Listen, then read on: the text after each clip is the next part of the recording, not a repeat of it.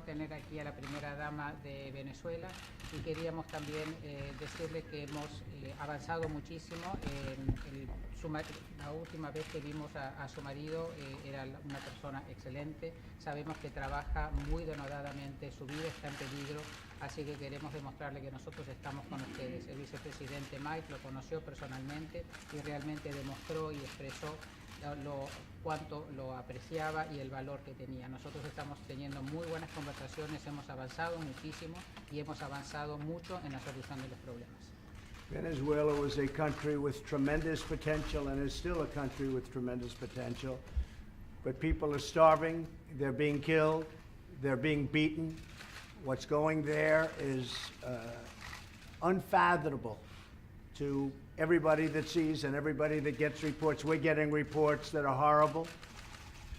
The potential of Venezuela, if done properly and with democracy, would be incredible. It was one of the richest companies, certainly one of the truly rich countries of the world, and now it's one of the poorest countries of the world. You look at what's happened. Despite oil, the oil's not coming out. Everything's broken. They have no water, they have no electric, the lights are out. In fact, I understand just today they had a big blackout. So we're very much in contact with your husband and with everybody else, and a lot of things are happening. Many things are happening, please. Bueno, en realidad Venezuela es un país con muchísimo potencial, tenía mucho potencial, tiene mucho potencial. Lamentablemente ahora estamos viendo hambruna, muerte, ataques. Es una situación realmente inconcebible. Realmente es totalmente increíble. El potencial que tiene Venezuela se va a poder concretar en una democracia. Era un país, es uno de los países más ricos del mundo, sin embargo ahora por todos los problemas que tienen, es uno de los países más pobres del mundo. No tienen agua, no tienen luz. Sabemos que hubo un apagón recientemente que afectó a todo el país y en realidad por esto estamos en contacto constantemente con su marido. So just in concluding, I want to say again, to have you and your friends and representatives with us has been incredible. I know that you've also suffered tremendously, and I'd like you maybe to say a few words, but please, First Lady, I'd love to have you say a few words to the media. Quisiera entonces aquí darle la bienvenida nuevamente a usted, a sus amigos y a todos los representantes que usted ha traído. Sé que están atravesando por situaciones increíbles, usted está atravesando por una situación realmente dolorosa, usted sufre mucho. Me gustaría que también compartiera con nosotros su sentido, pero ante todo le doy la palabra a la primera dama. Muchas gracias. Hoy estar acá para mí es un honor y yo debo agradecerle al presidente Donald Trump, al vicepresidente Mike Pence y bien, un honor haberte conocido. Señor Bolton, para mí es un honor saber que contamos con usted. Venezuela hoy está pasando por una crisis energética muy grave, donde hoy nuestros niños se están muriendo porque no hay luz, porque no hay comida, porque se apagaron los hospitales y con ellos la vida de inocentes que están pagando las consecuencias de una terrible dictadura. Thank you very much, Mr. President. It is an honor for me to be here. I thank you. I thank the Vice President. It was a pleasure meeting you as well. And Mr. Bolton, it's an honor to count on you as we do. Venezuela is going through a terrible crisis. The power crisis is very serious. Children are dying in hospitals. Children are dying because they have no food. Hospitals are in darkness. The crisis is serious. Hoy temo por la vida de mi esposo. Ayer se cometió un atentado contra su vida. Fue secuestrado su jefe de gabinete, Roberto Marrero, de la manera más violenta y vil, haciendo de este un ataque directo al presidente Juan Guaidó. I fear for my husband's life. Yesterday, he was attacked. His life was attacked. Also, his chief of staff, Roberto Marrero, was kidnapped in a very violent and vile manner. Roberto no solo es el jefe del despacho del presidente, además es nuestro amigo personal. Not only is he his chief of staff, he is our personal friend. Además, fue detenido el primo de la mamá del presidente, involucrándoles en actos de terrorismo. Y también acusando a Gustavo Guaidó, el hermano del presidente, y así darle un golpe al círculo más cercano del presidente Guaidó, pretendiendo desestabilizarlo de su lucha. Yesterday also they detained his mother's cousin. He was accused of terrorism. And Gustavo Guaidó, his brother, was also accused.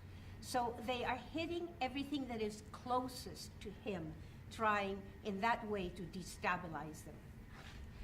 Lo que no sabían es que esto solo nos da impulso para salir adelante, para no descansar, porque nuestro objetivo es salvar vidas, es recuperar la libertad, y es que no vamos a permitir que nuestros niños, nuestros adultos mayores, sean los que sigan sufriendo las consecuencias de una terrible dictadura. Hoy el tema de Venezuela es un caso de humanidad. But what they don't know is that when they do that, what they're doing is pushing us forward. We will not rest. We are here to save lives and to give back freedom. We want to save our children, we want to save our elderly who are the ones who are suffering. And this is what Venezuela is going through. Sabemos que no estamos solos. Sabemos que contamos con los Estados Unidos, con la comunidad internacional que respalda la lucha democrática, con el mundo entero que nos ve, que nos escucha. Y yo sé que de esta terrible dictadura vamos a salir muy pronto, porque Venezuela decidió que es el año de la paz, del reencuentro y del abrazo en familia. Venezuela is not alone. The U.S. is with Venezuela. The international community is with Venezuela. The world is with Venezuela. The world sees and the world hears the terrible consequences of this dictatorship. But Venezuela decided that this is the year of peace, and we are going to be able to go forward.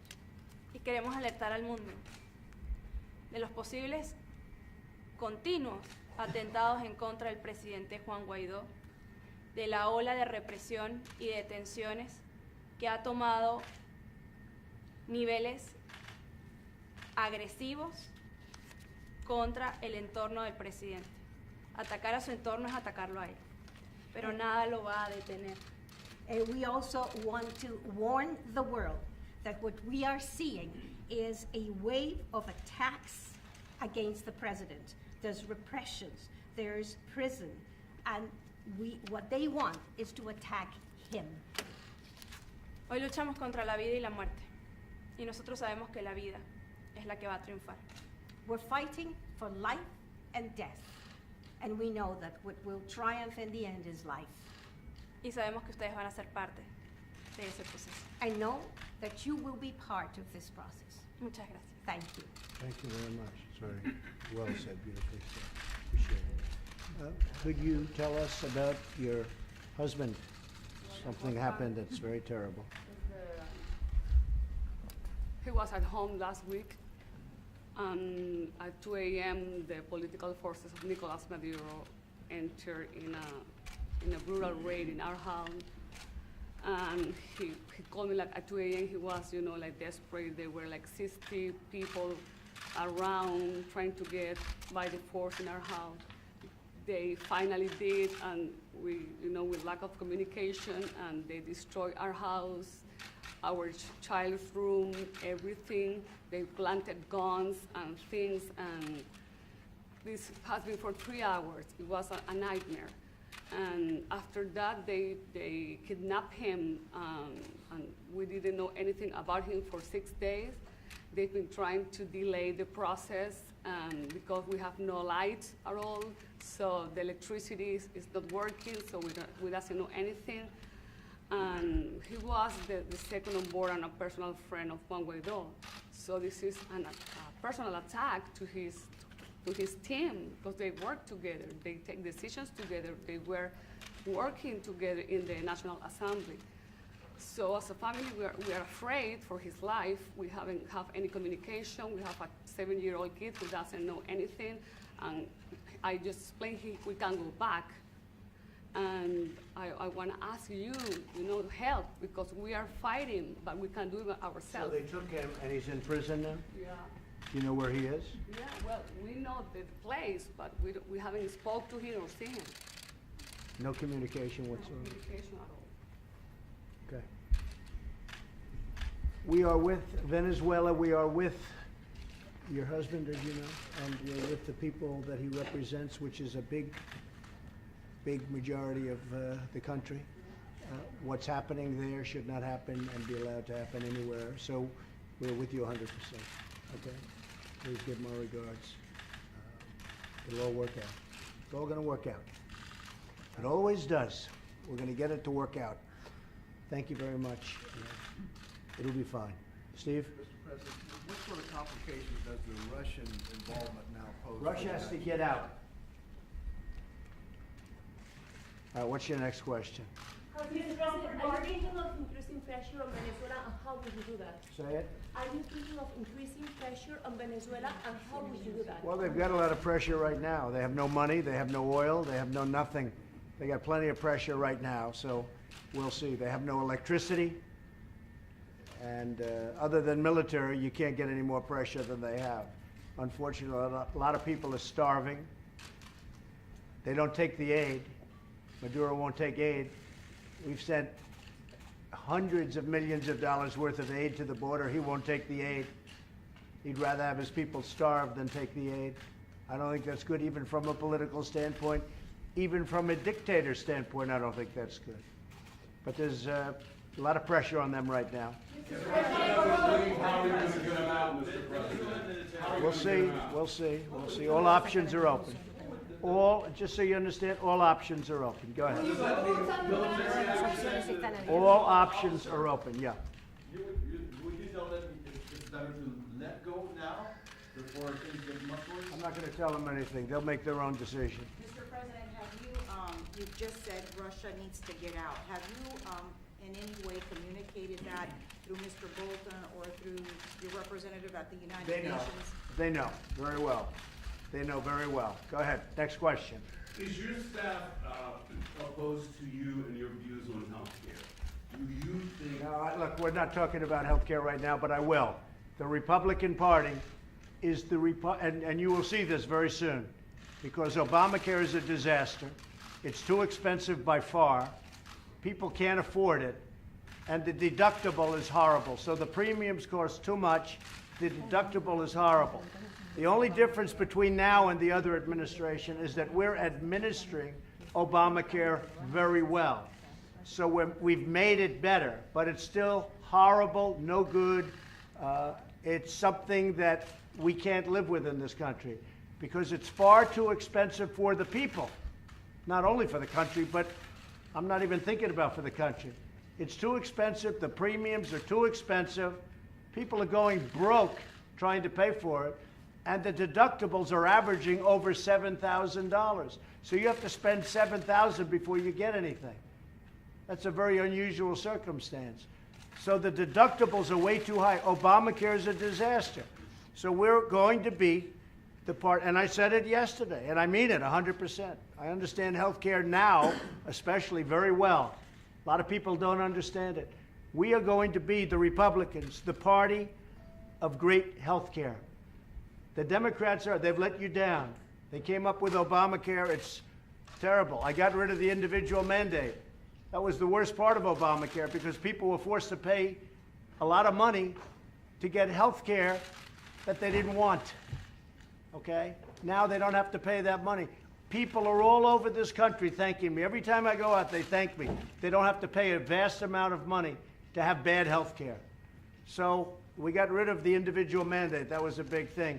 We will, you watch, we're going to be the party of great health care.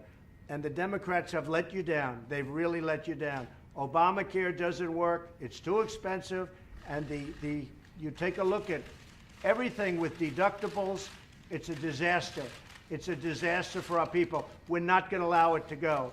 So we're coming up with plans. We have a lawsuit right now going where phase 1 of the lawsuit terminates Obamacare, essentially terminates Obamacare. You know that. That's the Texas lawsuit. We think it'll be upheld, and we think it'll do very well in the Supreme Court. And if the Supreme Court rules that Obamacare is out, we will have a plan that's far better than Obamacare. Thank you all very much. I appreciate it. Thank you. Thank you. Thank you, everybody. Thank you. Go this way. Thank you, No timeline. Thank you very much. Thank you, everybody.